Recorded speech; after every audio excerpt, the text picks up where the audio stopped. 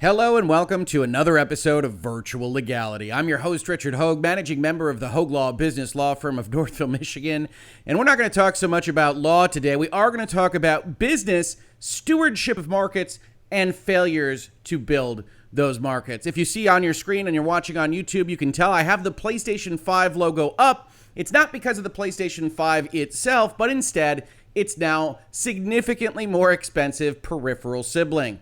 Or as I said on Twitter this morning, absolutely amazing. Good luck with that, Sony, to their announcement that the PlayStation VR2 headset that they have been teasing and touting all of 2022 is going to come in at significantly more expensive than the baseline unit of the PlayStation itself. Now, we're going to read this blog post. We're going to talk about why I have reacted so negatively to this news. And we're also going to talk about some of the comments that have been made to that Twitter post that we just discussed and the various excuse-making and otherwise rationalization that people that want this product or otherwise Sony fans are going to be engaged in to get out in front of the main thing that I expect to receive in the comments is that I'm just an Xbox fan, which is an amusing kind of situation because I've been a Sony fan for all my life. And I will add to that fact that I'm a huge fan of virtual reality as a technology and the advancements that can come from it. I have enjoyed the PlayStation VR. I've enjoyed the Oculus Quest, now Meta Quest. I've enjoyed watching this technology grow.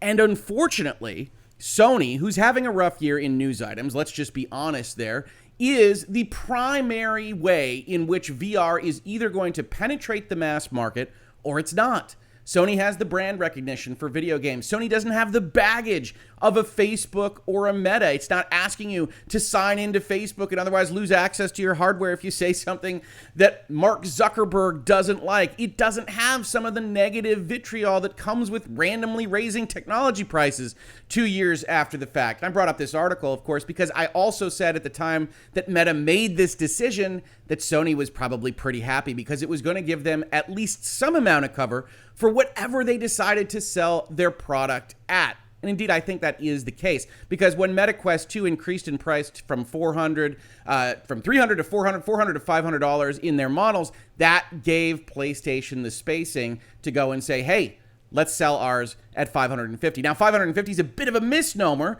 as we will see, because absolutely nothing comes with your $550. In fact, they've got a peripheral that they're adding to this peripheral to sell you separately, even at this price point. But we're going to talk about all of that in just a minute. Looking at this headline, they say, over the past several months, we've introduced PlayStation VR2 and provided glimpses into the next generation of virtual reality gaming, which will allow you to escape into new worlds while feeling a groundbreaking sense of immersion. Today, I'm very pleased to announce that PlayStation VR2 is officially launching on February 22nd, 2023.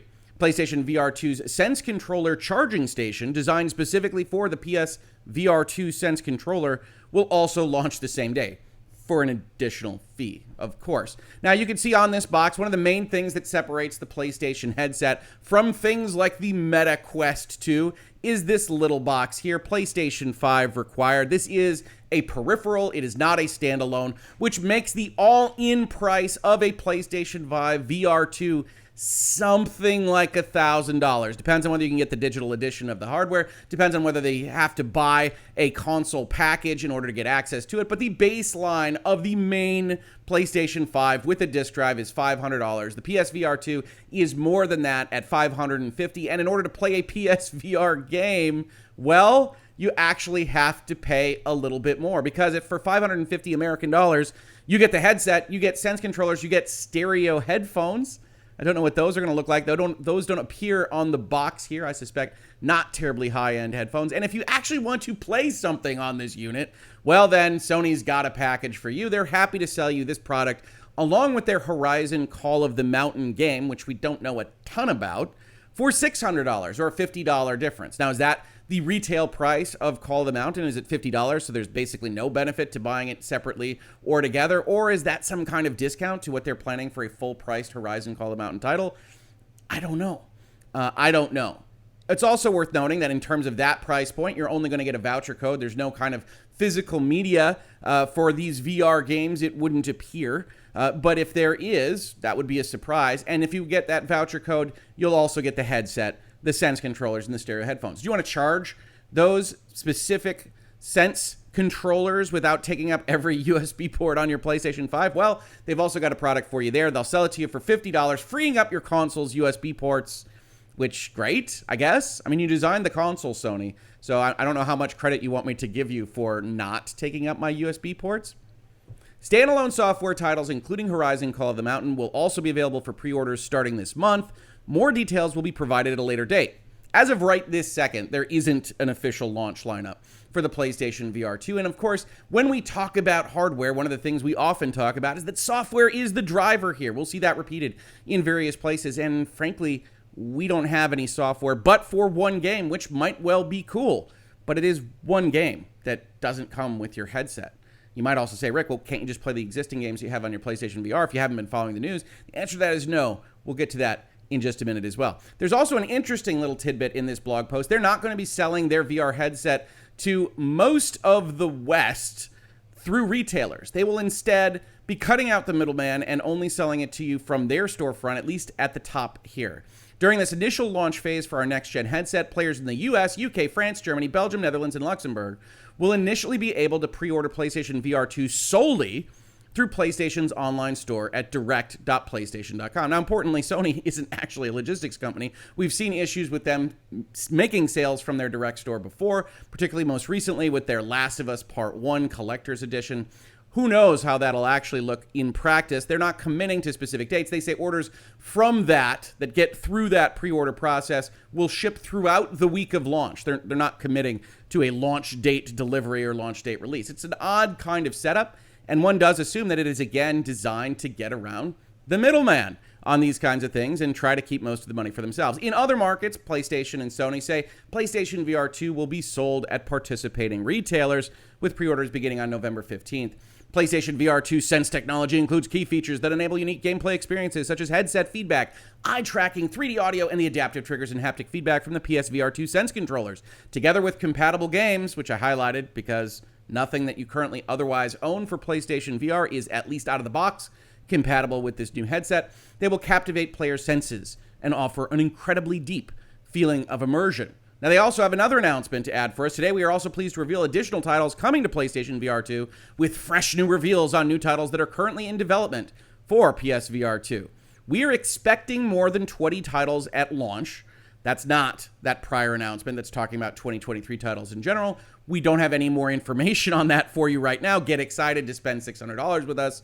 We'll have more details on our launch game lineup in the future. And then the specifications. And here is where I really think there is a dichotomy between the way I am looking at this particular announcement and the way some fans are looking at this announcement on social media and elsewise. They look at these specifications and say, hey, that's a pretty good rig, that's pretty good hardware, and I can justify in my head getting that spec for that price. Where I disagree is that I think that $550 for this, $600 in all reality to actually play something on it, is absolutely dead on arrival for mass market adoption, right? We're going to talk about that a little bit more as we go through here. But as someone that loves VR, that really does love the Sony and PlayStation brands and wanted to see them succeed in bringing VR into the future, in convincing people that there's real value in playing these kinds of games, I think this is an absolute blockade, a barrier to almost everyone that would deign to think about buying it. So you've limited yourselves to the hardcore audience. Great for them. We'll see some of them in my comments when we get to that portion of the video. But we're all in this together in a very important way. If you love VR, you need to have the actual headset have uptake. There needs to be a market. It's a virtuous cycle. With that market of headset sales, you get more software development. With that software development, you get more headset sales. And VR becomes something that I truly believe that it could be.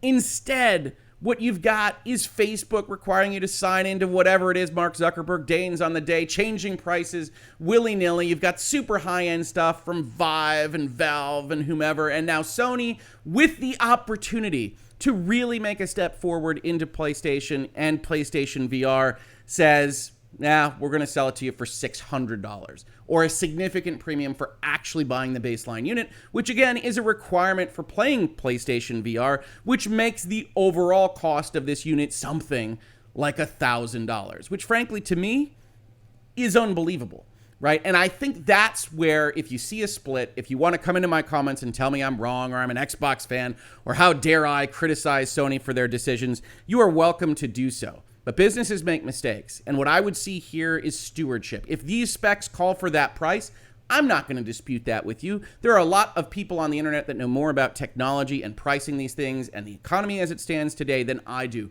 But I will tell you this. If these specs lead to that price, you engineered it wrong. If the economy leads to that price, you're selling into it in a way that you shouldn't be. You look tone deaf right now, Sony. And in that regard, you're going to kill, before it ever had a chance to live, one of my favorite technological branches to come, virtual reality. So let's talk about it a little bit more. First of all, you've heard me mention something that a lot of you, I don't think necessarily know, if my comments are any indication, which is a month or two ago, Sony came out and said, well, yeah, it's PlayStation VR2, but none of your PlayStation VR1 games are going to work on this. And that's a big, big deal because, frankly, there's a large library of PlayStation VR1 games. And I've talked about Sony's miscues with engineering before, and I think they really made a massive one with respect to how they put together the PlayStation 5 because it's just not able to support the PlayStation VR1 with a lot of folks' setups and TVs and receivers and everything else. And so not having access to that for a couple of years was bad enough. Not having access to that library I've already purchased into is both bad because you don't have that access, you don't have that support for your PlayStation VR2 product on launch day on day one, but also bad from a kind of brand control kind of concept, right? I have spent a lot of money on this. I spent money building up that library. It's now all gone. And we're in a kind of fool me once type of position to say, Sony, I don't trust you to otherwise support your hardware in a way that I think is justified for the money that I have spent on it. Now, they give an explanation, and it's an explanation that's going to follow with a number of comments you're going to see in this video. PSVR games are not compatible with PSVR2 because PSVR2 is designed to deliver a truly next-generation VR experience. Sounds a little bit like how they sold the PlayStation 5 before they put everything on 4, right? Nishino went on to list what he described as PSVR2's much more advanced features compared to PSVR, such as inside-out tracking, eye tracking, 4K HDR support, and a new controller with haptic feedback and adaptive triggers. This means developing games for PlayStation VR2 requires a whole different approach than the original PSVR.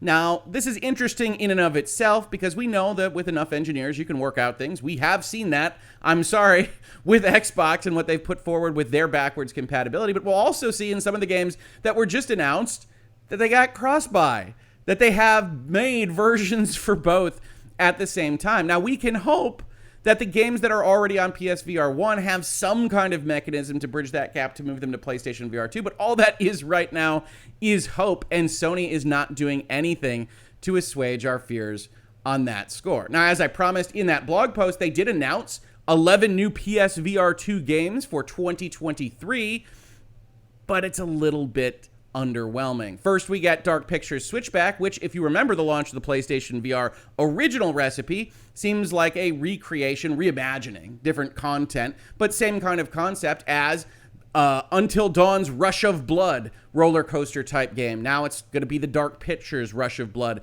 instead. So again, a lot of nostalgia vibes for what the PlayStation VR 2 is going to be. We've got Crossfire, which already exists. They're going to bring that in 2023. We've got a game called The Light Brigade, which is from Funktronic Labs. They say that they will make theirs available as a cross-buy title for PlayStation VR 2 and PlayStation VR. Seems like an engineering feat that could have been handled, perhaps better, by Sony itself. We've got Cities VR, a VR version of the very popular Cities PC game. Something called Cosmonious High from the makers of Job Simulator and Vacation Simulator. Hello Neighbor VR Edition. Jurassic World Aftermath. Something called Pistol Whip, which is already an award-winning physical action rhythm game.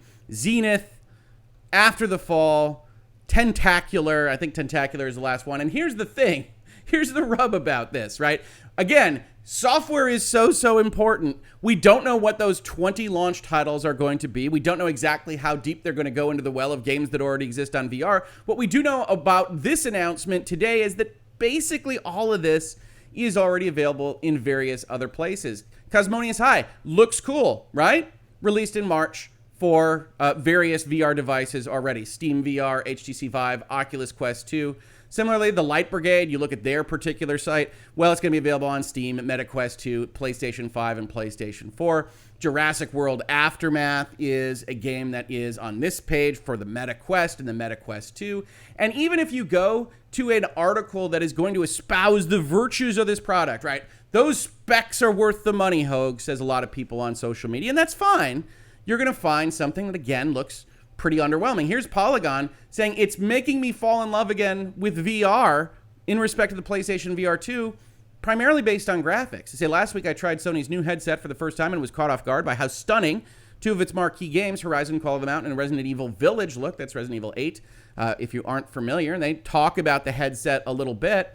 And they also mention that for the most part, Horizon Call of the Mountain is the one that seems to use the features of the headset the most. Here's Horizon Call of the Mountain. It's a first-person game. It's supposed to be about 6 or 7 hours. Your mileage may vary on whether $50 to $70 is worth it for you on something like that. But Polygon even says, compared to the other games on display, Call of the Mountain seemed like the one that most custom-built for the new headset. Resident Evil Village, by comparison, is Resident Evil, right? Capcom reps say the VR mode will feature small balance tweaks and a number of small interface adjustments, but no significant content changes from the original campaign. So here's Resident Evil Village, now in VR. Star Wars Tales from the Galaxy's Edge Enhanced Edition is, again, it's already available on other VR devices and essentially a marketing program for Disney World and Disneyland. It says combine Star Wars Tales from the Galaxy's Edge and its Last Call follow-up into one package, and then we have more Walking Dead Saints and Sinners. So at the end of the day, even the stuff that Sony is showing us right now is effectively reflective on things that we've already played. Yes, probably with better fidelity, probably with cool vibrations on the headset. Is that worth $1,000 to you if you don't have any aspect of the PlayStation 5 ecosystem? Or if we're being generous, is it worth $600 to you? I can't speak for you. I can tell you this as a sidelight. Yes, I can afford this if I wanted to. That is not the conversation about what's happening here. And we'll see that as a comment as well.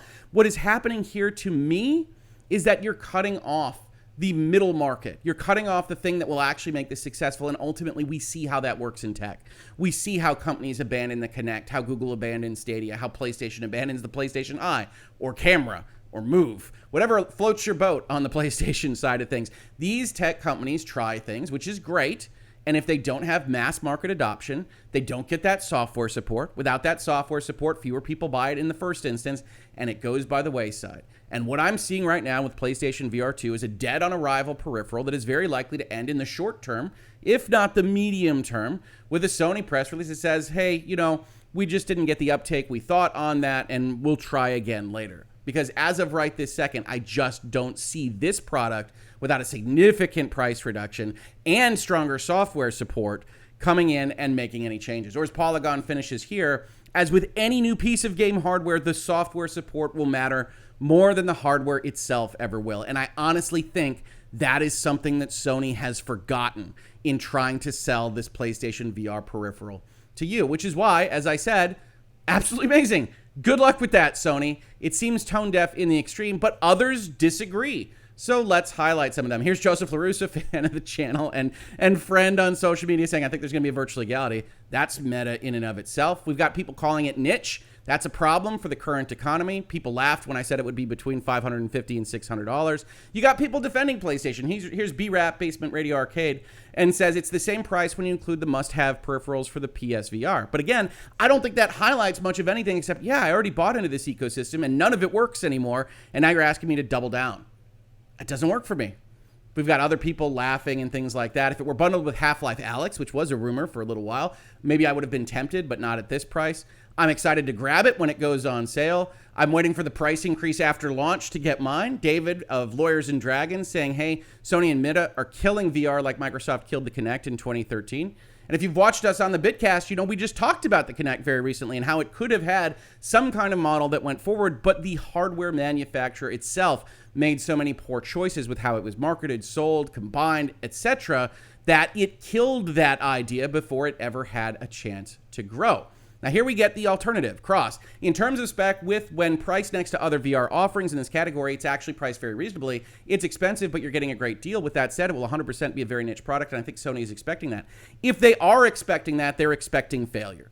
That's just the reality of the situation. Sony is a mass market, consumer-facing technology producer. They are not intending to go out there and, as some other people will describe, make a Porsche against a Ford Fiesta. They are trying to sell you somewhat nicely furnished Ford Fiestas. That is what the PlayStation has always been as a brand. That is what Sony is seeking to achieve. That's where most of the money lives, is getting it into a lot of people's hands. Now, you have people that disagree with me even on that. You've got here a quote from Modern Vintage Gamer. 550 is about right for a VR headset, he says. The tech specs are very impressive. I think it will do well. I think he's wrong, obviously. That's why I'm making this video. It's still missing that killer app that I would have hoped to have seen in the launch lineup. And again, it's kind of retroactive rationalization.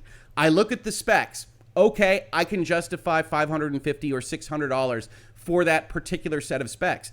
We have to talk about the market. If it doesn't have uptake, the company will not support it. We have this as historical precedents from all the tech companies, and I fear for the future of a technology that I very much like because of it. We have other people saying, I've become content with my decision to purchase the Quest version 2. I was interested, but not without Alex. Literally one of the cheapest VR headsets on the market, especially with those specs, but go ahead. Clout is one hell of a drug. Now, I don't understand exactly who thinks I'm trying to gain clout with this understanding. Honest to God, folks, this is my own somewhat impassioned position on this topic, and that is that I love VR, and this makes me sad. So it's not about clout, but it's also not one of the cheapest VR headsets on the market.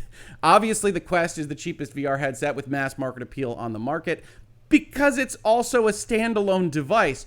The PlayStation VR2 is not remotely. Honestly, you probably need that charging box for an extra $50 to actually make it logistically work in your home. So it's a very, very expensive unit. And then Gavin Stevens on Twitter here comes in and says, in the UK, we can't even afford to heat our homes right now. We're cutting back on everything, including food, but sure, let's just release a VR headset more expensive than the console. You got other people talking about clout and whatnot and saying it's super cheap by comparing things that are not comparables. And yet, I think Gavin has an important point.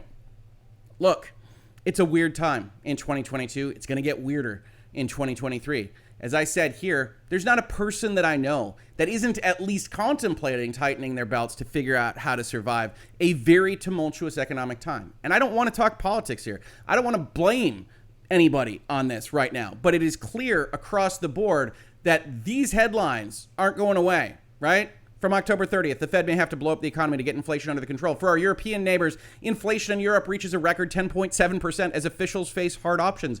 It is a mess out there. And one of the things that you are supposed to do as essentially a leisure brand, an entertainment brand, is to at least remotely have your finger on the pulse. Now, I am not going to blame Sony for looking at the specs for this unit a few years ago, whenever this was actually finalized, and having a price point that I would be willing to bet was not slated to come in at $550 or $600. I can't imagine that they went to the whiteboard, they designed this thing, and they said, let's sell this at $600 to mass America or mass markets around the world. I can't believe that that happened. And I do believe that they are taking into account some of the things that Meta blamed about supply lines and just the general economy and inflation hitting them.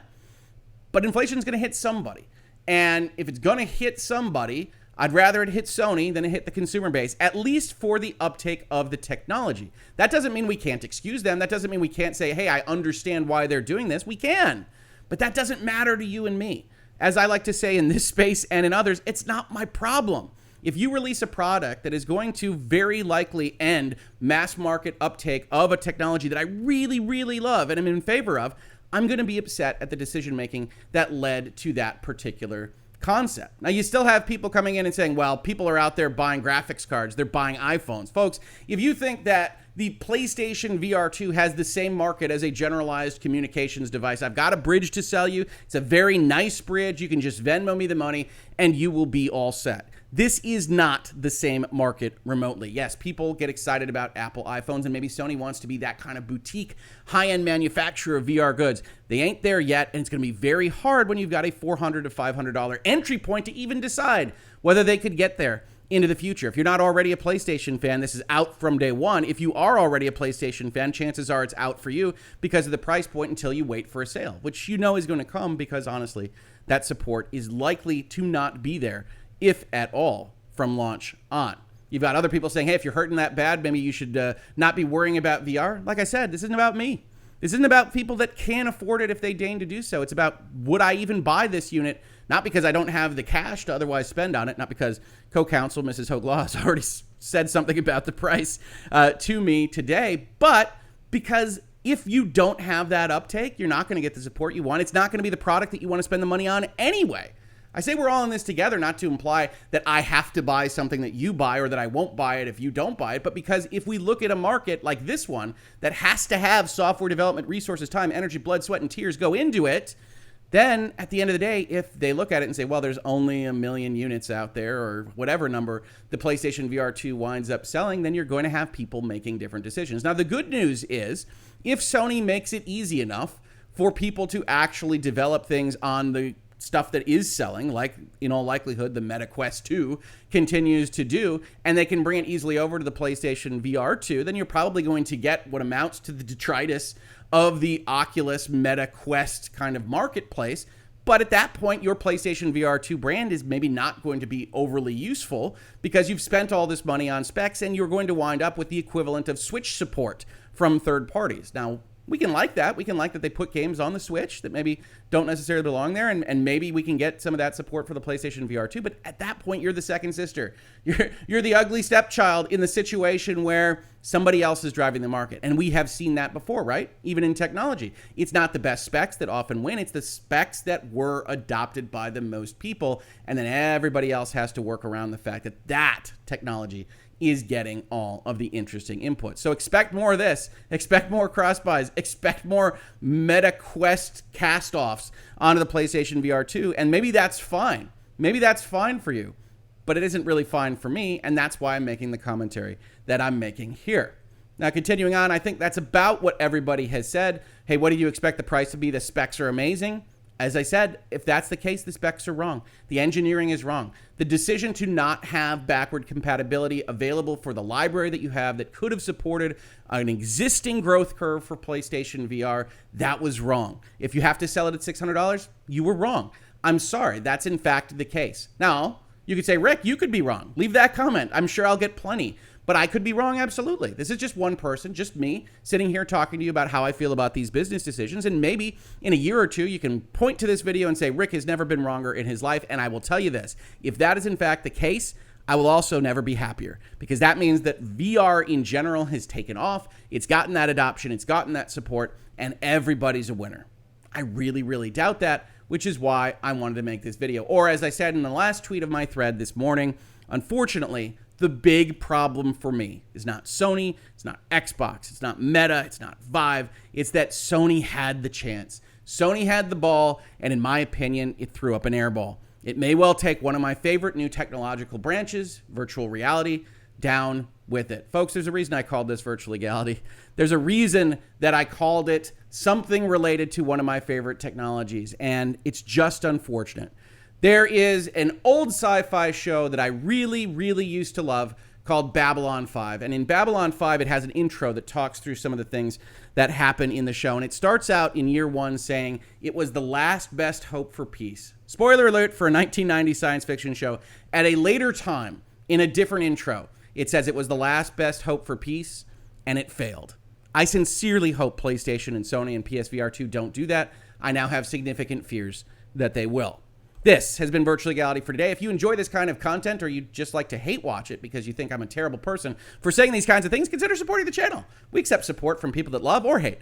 We've got a support mechanism at Utreon. We've got support mechanisms at Patreon, or just subscribing, ringing the bell, upvoting, downvoting. YouTube loves that as well. Telling your friends. Every single little bit helps to let people know, to let YouTube know that we're having conversations at this type about business, about law, of these things that we otherwise care about and love so much in this space. If you caught this on YouTube, thank you so much for watching. And if you listen to it as a podcast, thank you so much for listening. And I will catch you on the very next episode of Virtual Legality. Virtual Legality is a YouTube video series with audio podcast versions presented as commentary and for education and entertainment purposes only. It does not constitute legal advice and does not create an attorney-client relationship. If you have legal questions about the topics discussed, please consult your own legal counsel.